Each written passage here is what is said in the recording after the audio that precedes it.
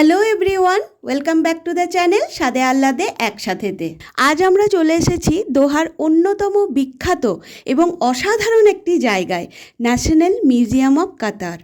বাইরে থেকে এই মিউজিয়ামটি দেখে মনে হচ্ছে মরুভূমির বুকে এক অদ্ভুত সুন্দর গোলাপ ফুটে আছে।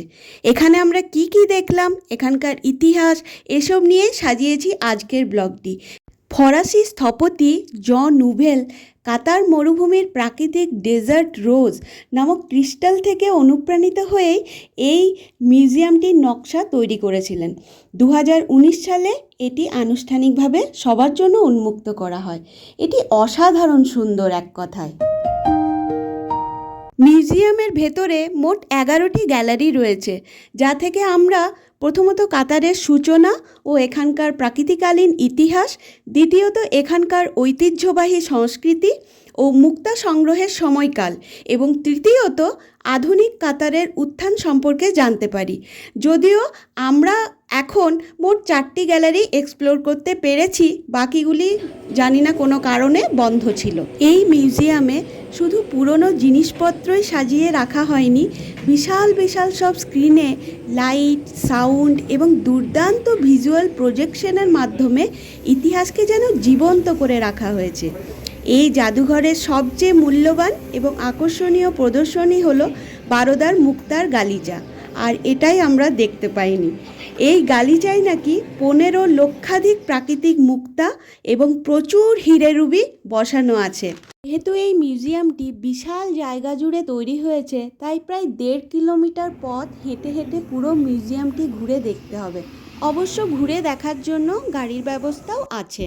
যাদের কাছে কাতার আইডি থাকবে তাদের এন্ট্রি ফিস লাগবে না, এমনিতে 50 কাতারি রিয়াল এন্ট্রি ফিস। মাঝে মাঝে স্পেশাল ওকেশনে স্পেশাল অফারও থাকে। সামার ভ্যাকেশনে বাচ্চাদের একটা এইরকম জায়গাতেই আমি আনতে চেয়েছিলাম, যেখান থেকে ওরা কিছু শিখতেও পারবে আর এনজয়ও করবে।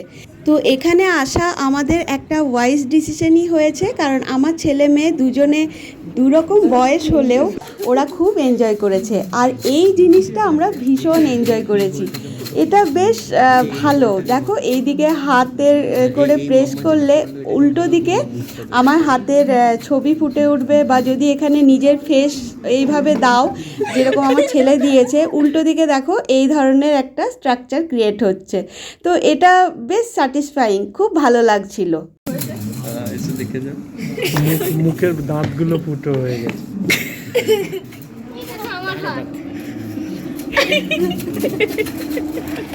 এই যে দেখো, এখানে ভিজুয়াল প্রজেকশনের মাধ্যমে আরব বেদুইনদের জীবনযাত্রা, ওদের অতিথিপরায়ণতা, ওরা পুরো উইন্টার ডেজার্টেই কাটাতো। তো সেখানে ওরা কিভাবে তাঁবু বানিয়ে থাকতো, কি মেটেরিয়াল দিয়ে তাঁবু বানানো, ডেজার্টে ওরা কিভাবে আগুন জ্বালাতো, কিভাবে কফি বানাতো, ওদের পোশাক আশাক, ওরা কী ধরনের বাসনপত্র ইউজ করতো, কিভাবে কুয়ো থেকে জল তুলতো, এই সবই দেখানো হয়েছে। এই যে দেখো, এখানে কপারের বাসনপত্র দেখানো হয়েছে, আর এখানে যত বন্য জন্তু, পশু পাখি এই সব শো করা হয়েছে। তো এগুলো ভীষণ ভালো লাগছিল।